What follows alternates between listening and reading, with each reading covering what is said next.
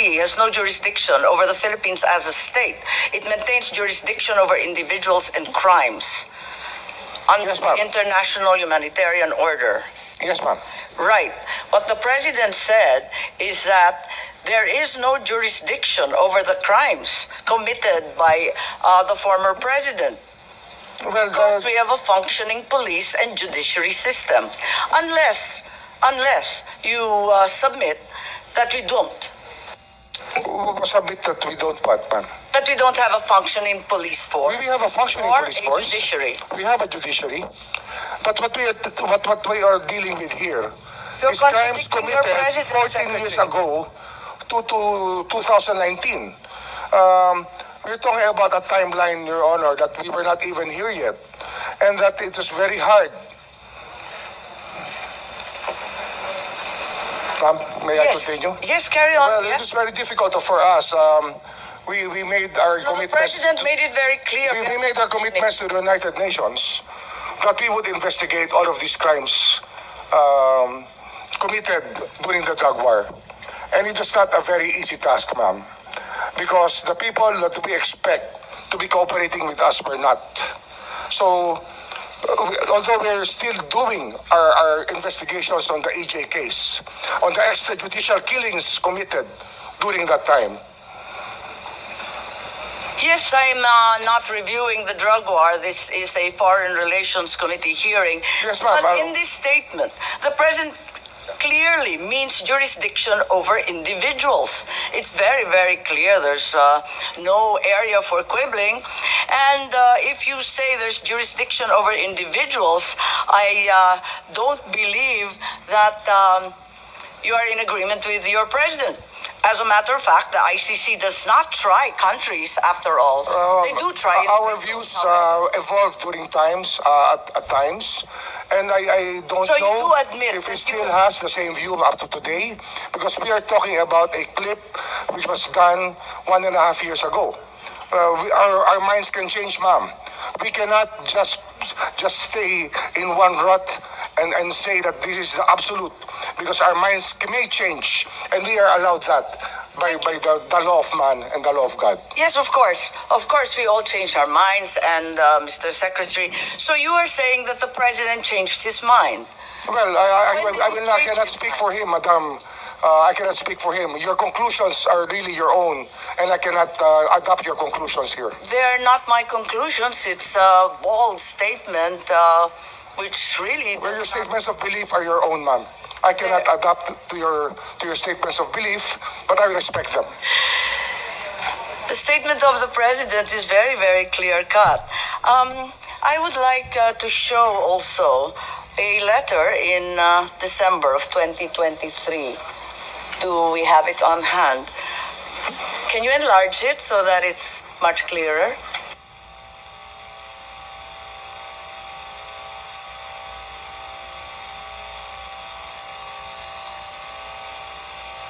Okay, on screen is a letter dated 15 December 2023 addressed to Vice President Sara Duterte, where the President says that the jurisdiction of the ICC over the Republic after the effectivity of its withdrawal is very much in question, and I'm certain that all the members will echo my views on the matter. Would you like to comment? Anyone would like to comment on the said letter? Is it correct that if this was in fact a work in progress, as stated by Secretary Remulla, as of 15 December 2023, all the secretaries and undersecretaries already holding such positions at that time also viewed the ICC as having no jurisdiction over the country, as stated by the President himself in the letter? We did not assist the ICC, ma'am. We continued with the very tenor of the letter, that we did not assist the ICC. We never had contact with them. We'll go The there. investigation that they conducted was through their own methods, and we did not in any way assist them. As said in your letter, we cannot. It's we not did my not. letter, sir, it's the President. It's a president's letter. We did not assist them. I think that's not the question. My question is simply to say that as of that date, all those in the cabinet were in agreement with the president's statement. Is that correct, Secretary Teodoro? As of 15 December. Ma'am, the President's statement is binding and I defer to Secretary Remulla that we did not, that no government agency, the DND, never cooperated with the ICC as in accordance with the statement. Okay, and are there any other secretaries who'd like to verify that? We have Director Anyo, Director General Anyo. I believe you are cabinet rank as well, and the NSC sits with the President. Is it correct to say that everyone maintained the same position? Yes, ma'am, that's correct. But we did not assist the ICC in their investigation.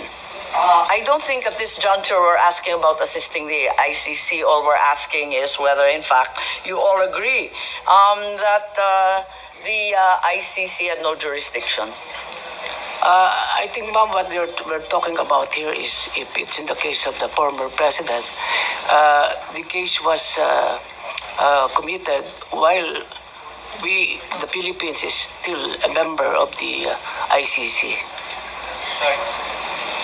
Okay. I don't know, is there anyone of cabinet rank as well? I'm certain that the DFA will probably hold the same position, that you were all in agreement with effectively your boss as his alter ego, that the ICC had no jurisdiction, as stated in the letter quite clearly. Yes, Your Honor.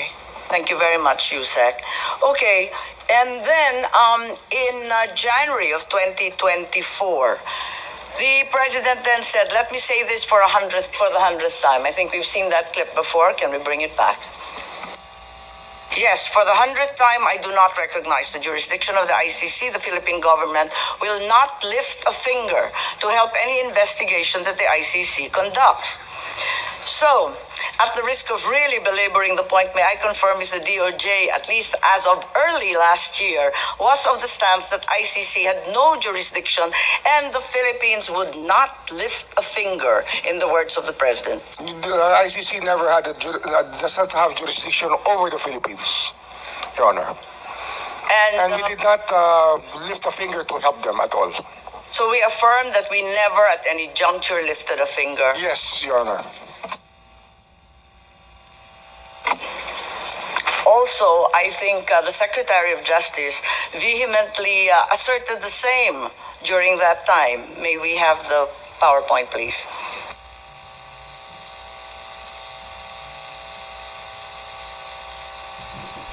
Are these your words, Secretary? Yes. Those are my words. Right, and there is no jurisdiction, and we have an inherent right to determine our own legal framework and address internal matters. Yes, Your Honor.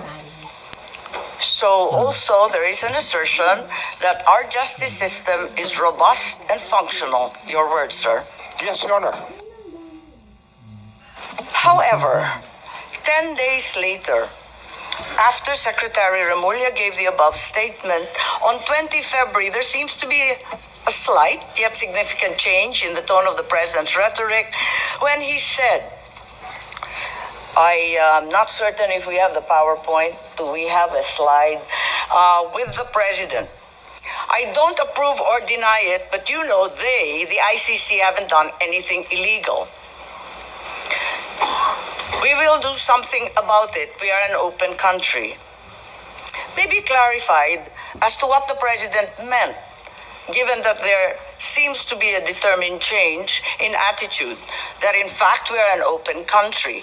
And until they being ICC, do something illegal, wala siyang gagawin para hintuin sila. Parang naiba ang usapin. I will have to ask what question was asked of the President before I make any response, because I do not know what context the President said those words. I think it's not unclear. Hanggang may gawin sila na illegal. May I ask the PNP, the DFA, anong ibig sabihin if they do something illegal?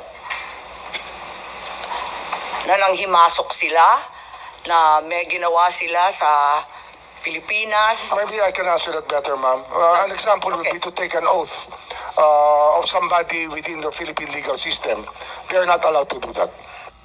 Okay, so until such time as they do something illegal, like requiring an oath of someone being entirely unauthorized as foreigners, is that your meaning? Yes, ma'am.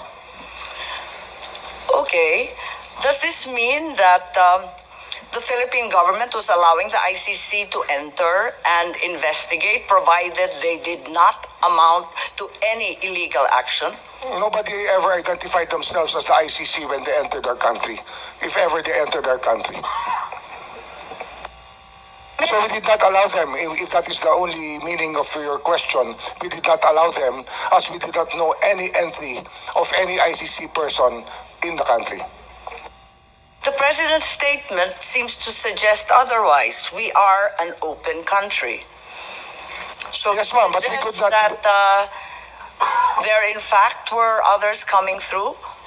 Well, we suppose that people were coming in and out of our borders. We have millions and millions of people entering our ports and airports, and we cannot ask all of them if they are related to the ICC or not. We cannot do that, ma'am.